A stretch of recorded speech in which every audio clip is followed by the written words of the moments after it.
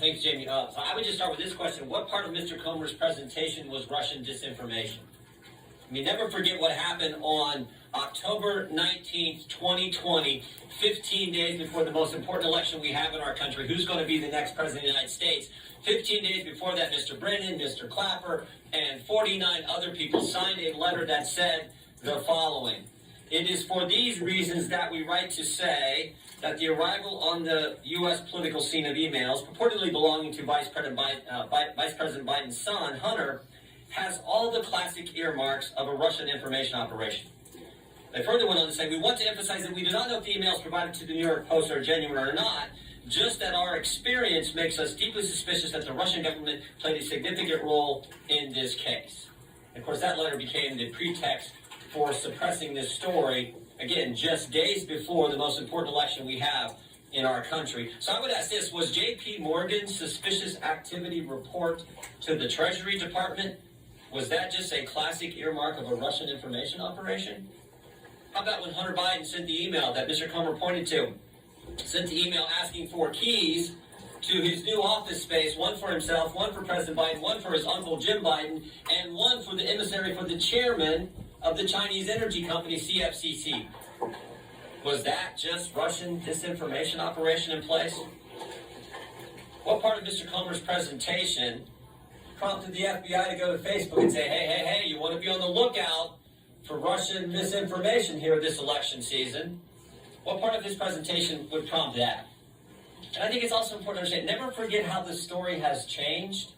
I mean, think about this. When it started off, it was, no, it's not his laptop. It's not his laptop. Then it was, well, it's his laptop, but remember, it's Russian disinformation, and no one did anything wrong. Then it was, well, maybe he did something wrong, but President Biden didn't know about it.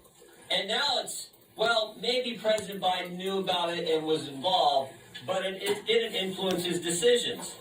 In fact, yesterday, there was a story in Politico which said that. The story in Politico yesterday, investigating the investigators, dim strategists to launch counterpunch to House GOP. Story in Politico yesterday, here's what I said in there. Quote, no evidence has publicly emerged that Joe Biden's decisions were affected by his son's business dealings.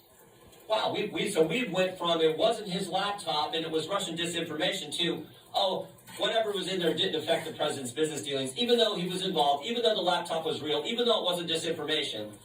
That's how far we've come. So I think there are all kinds of questions that need to be answered, and we're determined to get there. Here's some of them that I have. Did the FBI brief Twitter as well? We know they briefed Facebook. We know that had an impact on the election. There's been surveys done where thousands and thousands of voters across this country say they might have impacted their decision in the election in 2020. Did the FBI brief any of the 51 former intelligence officials who signed that letter? Again, that letter that became the pretext for suppressing this story. Who did the briefings? Who briefed Facebook? Here's a name that I think is interesting. Timothy Thibault. So Mr. Thibault, now remember, we just did a report 2 weeks ago, Judiciary Committee, a report that talked about the political influence and the political shenanigans going on in our Justice Department based on 14 FBI agents who come talk to our office as whistleblowers. One of those agents said, and this is the term he used, he said, at the highest levels of the FBI, specifically the Washington field office, he said it's rotted to the core. Not talking about rank and file agents. They're doing good work. Talking about the top people at the Washington field office. We had another whistleblower who brought up the name Mr. Thibault and said Mr. Thibault is pressuring agents to catalog and categorize cases in a specific way to satisfy this narrative about domestic violence extremism. But what's interesting is a different whistleblower, one who didn't come to our office, a different whistleblower who went to Senator Grassley's office, said that Mr. Thibault, by the way, the head of the special agent in charge at the Washington field office, Mr. Thibault is also the guy who suppressed information about the Hunter Biden story in October of 2020.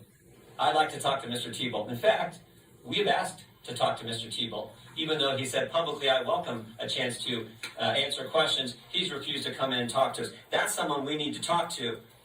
Why has the Biden administration suddenly changed their position on suspicious activity reports? Used to be, Mr. Comer wanted to see him, any member of Congress, any chairman wanted to see him, any ranking member wanted to see him, any member of Congress, any committee, you got a chance to see him. Suddenly, no, we can't see him.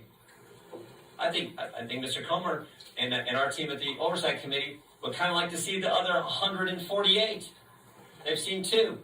They'd like to see the other 148. So we're committed to getting to the truth, the facts. We think that's what the American people are entitled to. We're gonna try to help Representative Comer and the team here at Oversight with our work on judiciary, but with a specific focus on what the FBI was doing.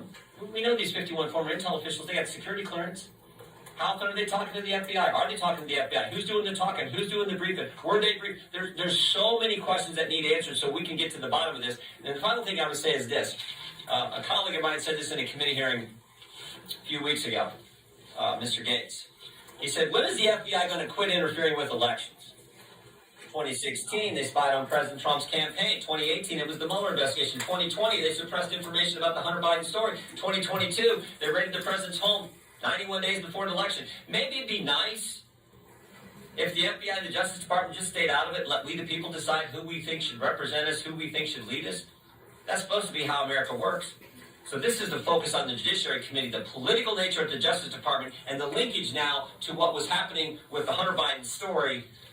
Again, just 15 days before we have a presidential election. We'll be happy to answer questions. Anyone on the committee will be happy to answer questions. Yes, sir. Are you also putting the FBI